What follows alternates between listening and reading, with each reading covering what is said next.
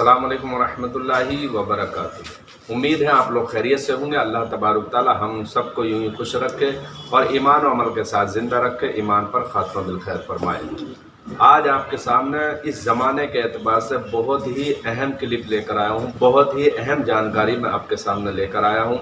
वो ये है कि चादर शरीफ चढ़ाना मज़ारों पर कैसा है और चादर चढ़ाने के मकासद और मकसद क्या है, चादर कितनी चढ़ानी चाहिए और चादर चढ़ाने का तरीक़ा क्या है। बहुत ही तवज्जो से सुने, ध्यान से सुने, क्योंकि इस वक्त में हर इंसान मज़ार पर जाता है। हम सुन्नी मुसलमान औलिया अल्लाह से अक़ीदत और मोहब्बत रखता है और चादर भी चढ़ाता है। तो चादर क्यों चढ़ाई जाती है? बहुत से हजरात मना करते हैं कि चादर नहीं चढ़ानी चाहिए। तो आइए, इस्लाम क्या कहता है, हदीसें क्या कहती हैं और बुजुर्गान दीन ने क्या इसके बारे में तहरीर फरमाया है। मज़ारात औलिया पर, अल्लाह वालों की कब्रों पर चादर चढ़ाना ये जायज़ है। मुस्लिम शरीफ हदीस नंबर 2136, जिसके रावी इब्न अब्बास रज़ियल्लाहु ताला अन्हु हैं। वो फरमाते हैं कि रसूल पाक सल्लल्लाहु ताला अलैहि वसल्लम के रोज़े पर सुर्ख कलर की चादर देखी है। ये हदीस का मफ़हूम है। तो आज के दौर में चादर शरीफ हज़रत अबू बकर, हज़रत उमर फ़ारूक और रसूल पाक सल्लल्लाहु अलैहि वसल्लम के रोज़े पर उस वक्त तो थी, लेकिन आज के वक्त है या नहीं इसका मुझे मालूम नहीं है। इस हदीस से मालूम ये हुआ कि चादर शरीफ चढ़ाना ये जायज़ है। इसका मकसद क्या है? इसका मकसद ये है कि बुजुर्गान दीन, औलियाए कामिलीन, मुफस्सिरीन, उलमाए रब्बानियीन, इनसे अल्लाह रब्बुल इज़्ज़त खुश होता है, इनसे मोहब्बत फरमाता है। तो इनसे हम तमाम मुसलमानों को, मोमिनों को अक़ीदत और मोहब्बत रखनी चाहिए। लेकिन ये आम इंसानों की तरह नहीं है।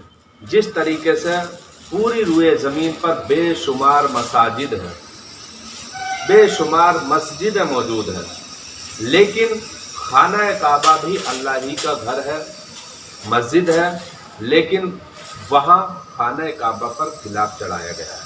तो उसका मकसद ये है कि तमाम मस्जिदें ये भी खाना खुदा है। खाना काबा ये ऐसा अल्लाह तबारक ताला का घर है जो आम मस्जिदों से ख़ास है, अज़मत वाला है, रिफ़ात वाला है। इसका मकसद यही है ताकि ये खाना काबा दूसरी मस्जिदों से, दूसरे अल्लाह के घरों से जुदा और इम्तियाज़ हो जाए। जिस तरीके से तमाम किताबों में एक अहम किताब, अफजल किताब कुरान पाक है। कुरान पाक पर गिलाफ चढ़ाया जाता है ताकि लोगों को मालूम हो जाए कि इसका मकाम अलग है, आम किताबों की तरह नहीं है। उसी तरीके से मज़ारों पर, अल्लाह के वलियों के मज़ारों पर जो चादरें पेश की जाती हैं, उसका मकसद भी यही होता है कि ये अल्लाह के वली आम इंसानों की तरह नहीं है। इनकी रिफ़त, इनकी अज़मत, इनकी बुलंदी अलग है, इसलिए चादर चढ़ाई जाती है। तो मकसद तो आपने समझ लिया। कितनी चादरें चढ़ानी है?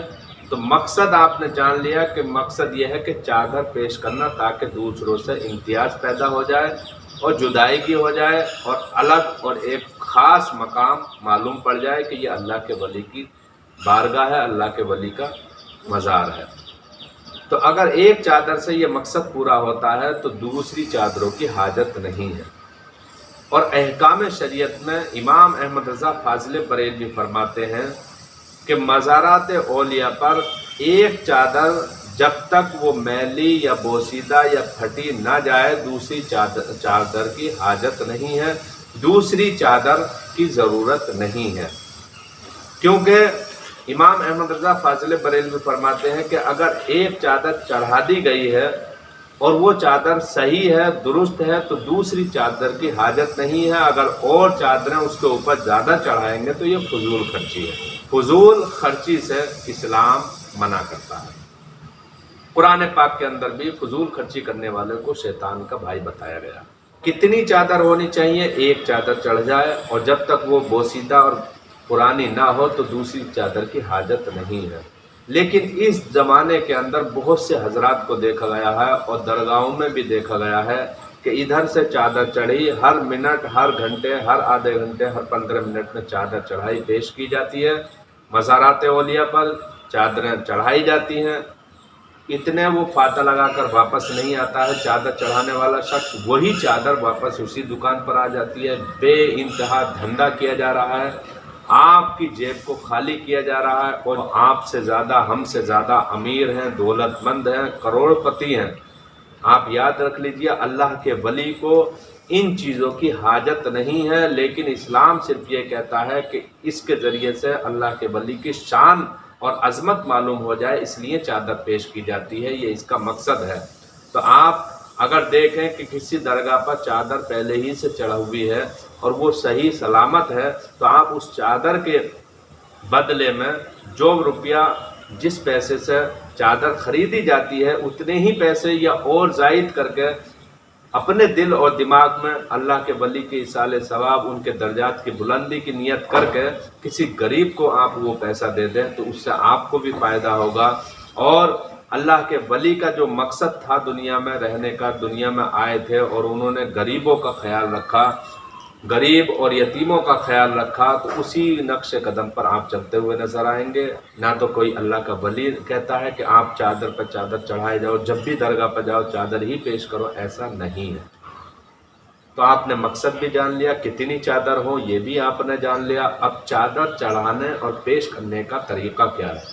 ویسے تو کوئی خاص چادر چڑھانے کا طریقہ نہیں ہے، لیکن اتنا ضرور ہے کہ جب آپ چادر پیش کریں تو دل میں ریاکاری نہ ہو، دکھاوا نہ ہو، اور دل اور دماغ ان کی محبت میں مستغرق ہو، اور چادر پیش کرتے ہوئے بہت ہی ادب اور احترام اور تعظیم کا خیال رکھنا ہے کہ اللہ کے ولی کی بارگاہ میں چادر پیش کرتے ہوئے گستاخی نہ ہو جائے، بے ادبی نہ ہو جائے، زیادہ بلند آواز سے نعرے وغیرہ نہ لگائیں، بلکہ اطمینان اور سنجیدگی سے چادر پیش کر دیں۔ اور اگر نعرہ وغیرہ لگانا ہے تو درگاہ سے تھوڑا دور لگائیں، تاکہ صاحب مزار کو آپ کی بلند اور تیز آواز سے ان کو تکلیف نہ ہو۔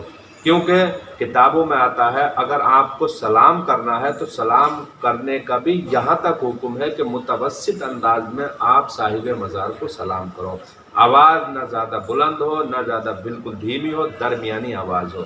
تو جب سلام کا یہ حکم ہے تو آپ نعرے لگا رہے ہیں، چلا چلا کر نعرے لگا رہے ہیں، وہ نہیں ہونا چاہیے، یہ بے ادبی کا معاملہ ہے۔ ادب کا معاملہ ہے، یہاں پر ادب کا مقام ہے، ادب کا دھیان رکھنا، ادب کو ملحوظ رکھنا آپ کو۔ یہ تمام باتیں آپ کے لیے بہت اچھی ہیں، ان باتوں کو آپ زیادہ سے زیادہ لوگوں میں شیئر کریں تاکہ آپ کے دوستوں کو بھی یہ جانکاری معلوم ہو جائے۔ السلام علیکم ورحمۃ اللہ وبرکاتہ۔